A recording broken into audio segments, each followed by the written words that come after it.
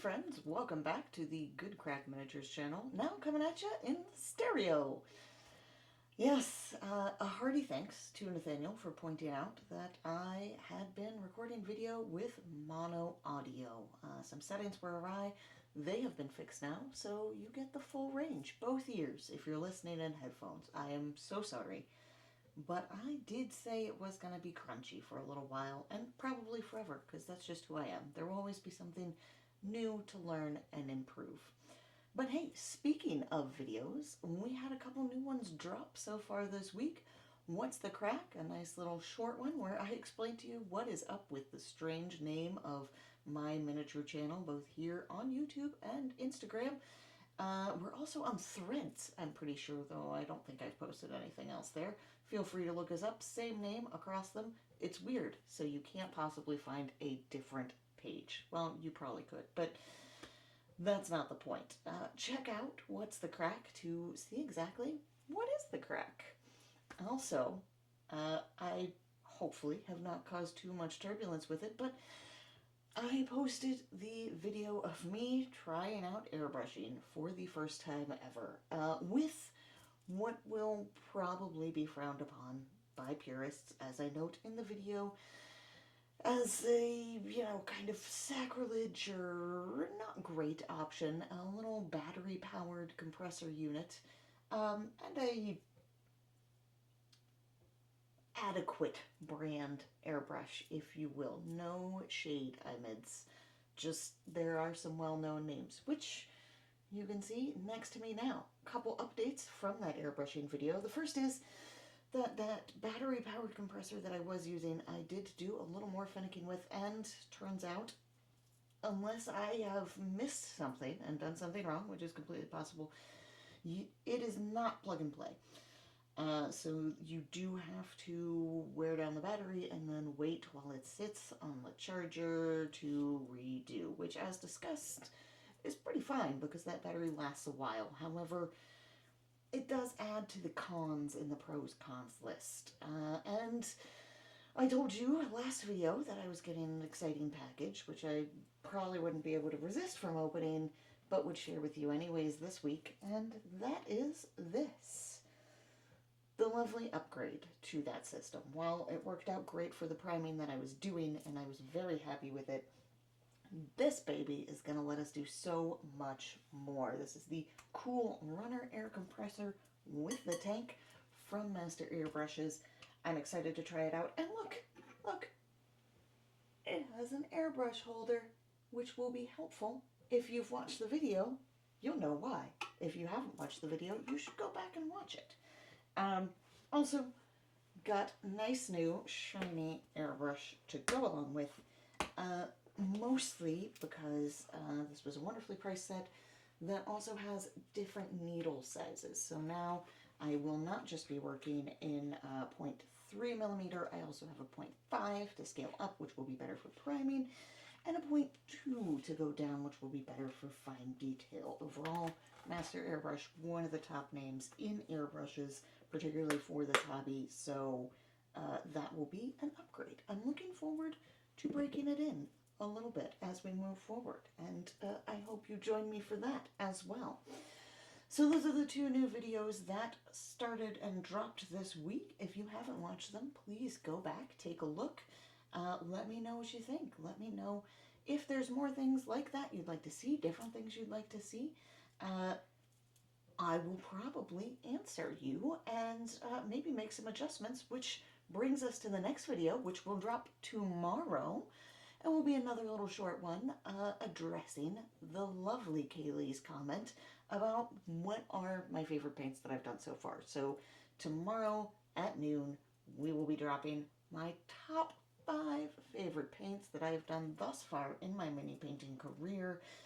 Go through what I love about what I did with them, things I might change if I was going to go back and do them, and maybe even some of them might be up for some tweaks in the future, but I don't think so. I overall am pretty proud of all of them, so make sure to tune in for that. And then the next week, we have the big drop. Probably the biggest that will happen thus far. I can say Woodhaven is done. Yes!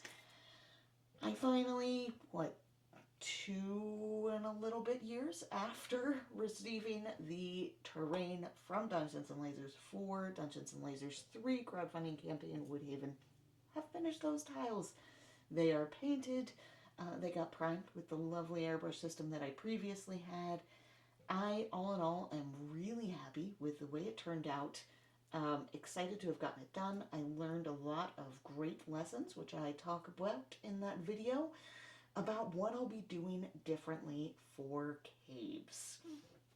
So tune in next Tuesday at noon. The 25th is the date. I will be dropping that on YouTube for you lovely folks to look at and enjoy. I think it's pretty good work, particularly for not having done kind of terrain work before. I'm really happy with the way things worked out. I'm really happy with the way painting is going overall. I've gotten back in the groove. And Woodhaven is actually not the only thing that I have finished up. I finished up a bunch of other smaller terrain pieces that I was working on just before I launched into Woodhaven and have kept going on. Those I will be showing you the totality of on Instagram. That will drop on Friday. But today, for What's Happening Wednesday, I want to give you a little sneak peek at a piece that was finished now and might be familiar. You may recognize this from our intro video. Yes, a little different looking now that we've completed. A little more put together, I will say. It sat here for a little while because I wasn't quite sure exactly how I wanted to finish up. What I wanted to do with that dry brushing, it was too much. I knew that, but I didn't know how I wanted to go over. I finally figured out what I wanted to do with that. Just toned it down a little bit with a bit of speed paint over the top. If you are unfamiliar and you are curious, this is the temple facade from the Encounters at Mandupar Pass, part of the Reaper Bones 5 Kickstarter. I believe it is available on the website, but don't quote me on that. As always, this video is not sponsored by Dungeons & Lasers or Reaper or anyone for that matter. Master Airbrush, neither. Though, if you want to, hit me up. Anyways, I'm actually really happy with this. I was excited to paint this guy. I will give you more detailed photos on Instagram as well, but this is a great sculpt, wonderful sculpt. I will credit the sculptor on the Instagram. But the colors really came together. I'm in particular happy with the way this sort of ruby color murder scene from Army Painter, as it is, came out.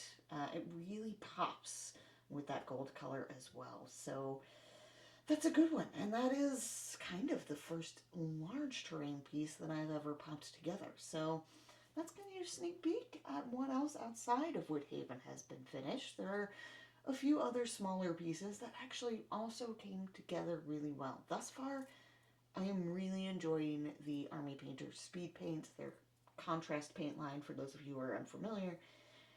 They're slapping these things together with a nice kind of level of detail and art that I really enjoy without the arduous work of having to painstakingly work through each one and the mixing and shading and all those sorts of things. So I think that's really going to be an asset moving forward as I break through the rest of the collection that has to be painted.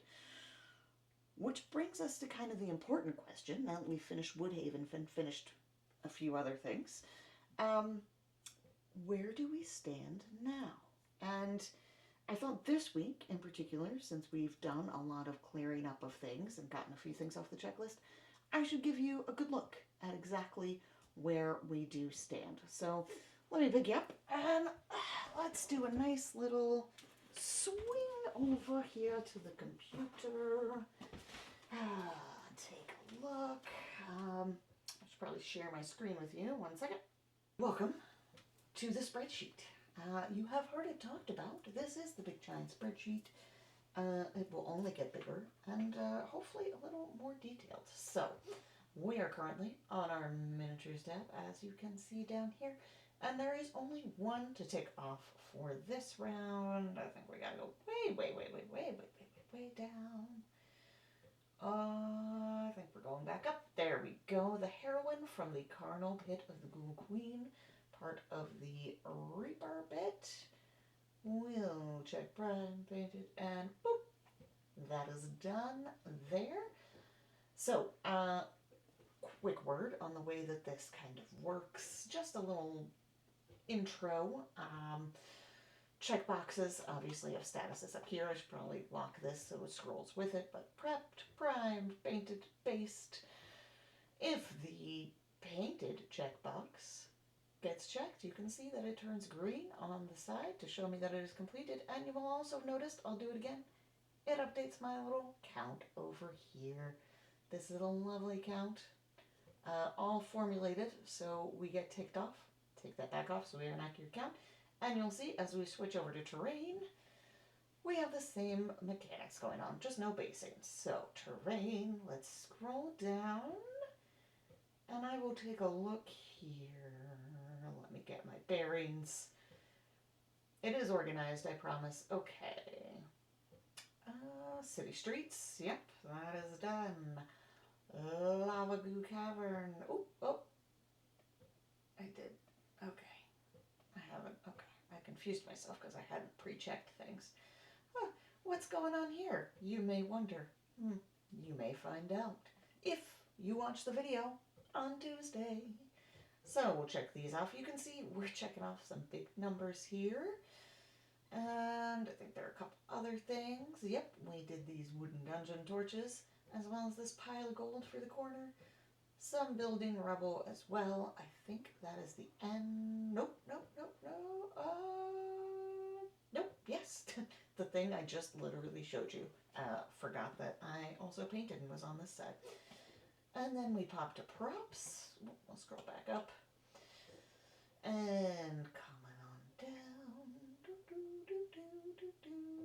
Some dragon pillars, which also, I must say, turned out very splendidly. I was going in just a stone direction with them, and then I saw a lovely post by a friend on the Dungeons and Lasers Discord channel, who theirs were just part of a larger scene that they shared photos of their setup, and I saw them and I was like, oh, that gives me an idea for how to spice these up.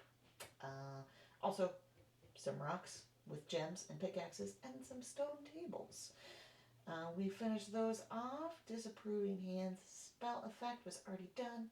Wall of stone, wall of thorns. So we got a good mix. Reaper, dungeons, and lasers. And that takes care of that. So now we get to pop over to our paint plan. This is where I'll be putting things together from March forward of what I want to kind of paint. Try to plan it out a little bit, project manage it. I will keep a running total over here, which will give me my average, which will help me keep track of exactly how far I fall behind, because it's inevitable. But you can see what we're concerned about is that number right there has dropped down significantly from the 3,218 that I've been quoting you. So good progress is being made. It feels nice, really, just to see that number, sub 3,000. That's wonderful. Okay, let me stop sharing screen, and we'll swing ourselves back around. I'll get stuck on some things and make a whole bunch of noise, like I do. Hope you enjoyed the close-up of my face there, and this lovely camera work. There we go.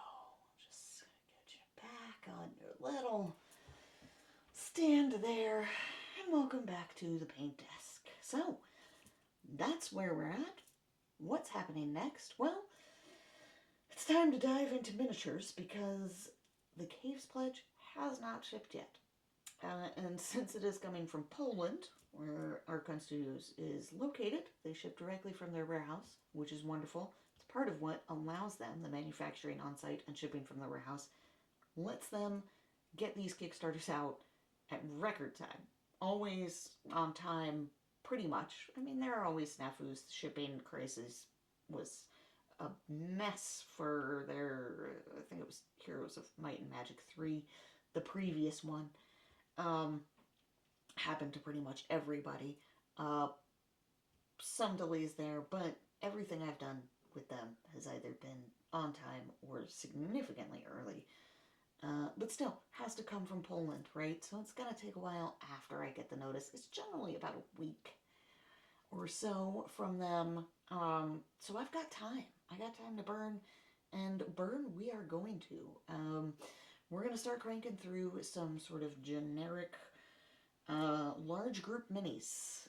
So when I say that, what I'm talking about is your general bad guys and random encounter table inhabitants, dwellers of dungeons, and scourge to all level 1 parties.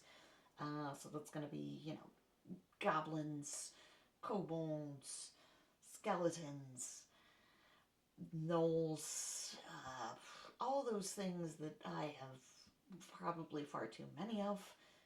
We will start cracking away at those. And in fact, the group we're going to start with, small Easter egg in this video. Go back, see if you can find it, see if you can figure it out. You're smart folks, I'm sure you can. Probably isn't taking you that long. But anyways, I think that's it for the update. Kind of a long update this week, but a good one, I think. I think I kind of answered what may be some brewing questions for you. Got you a good update on what's happening, what you can expect, what's already happened, what you should go back and check out if you haven't already.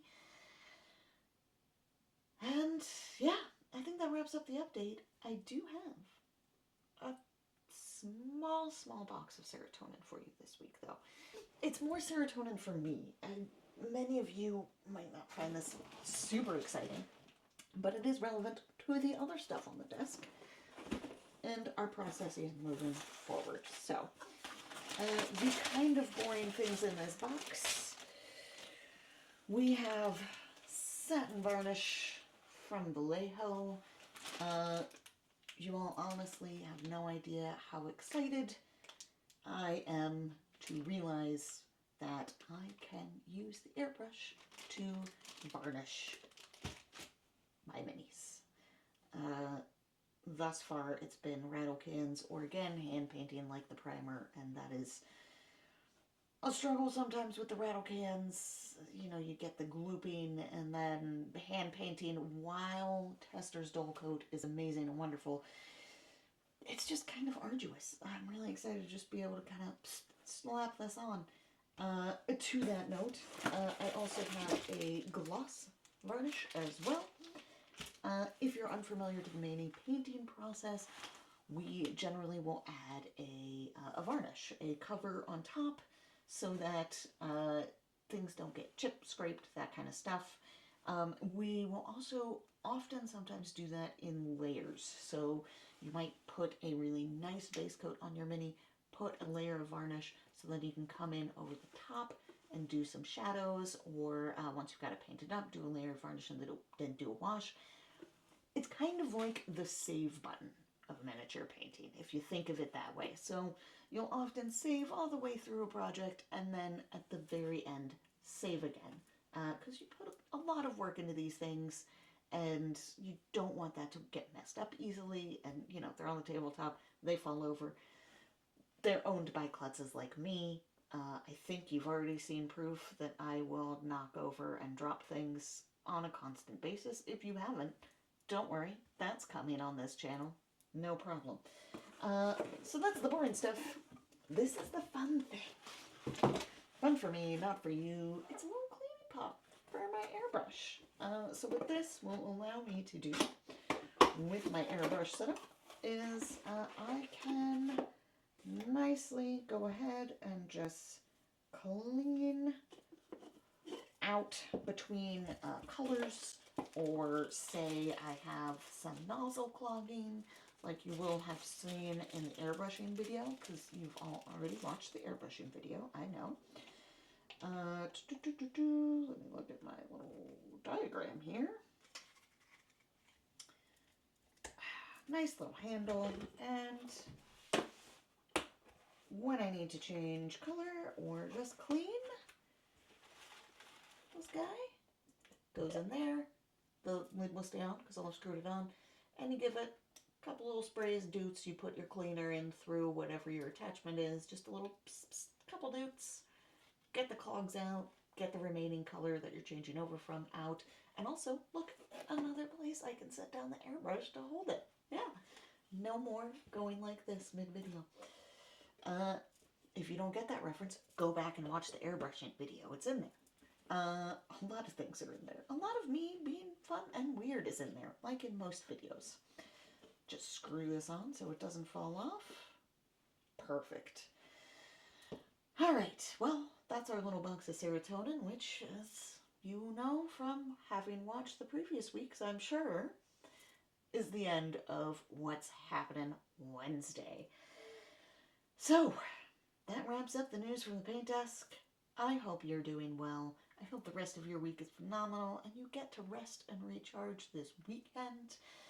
Stay safe, stay sane, take care of yourself, and of course, be good to one another. See you next time.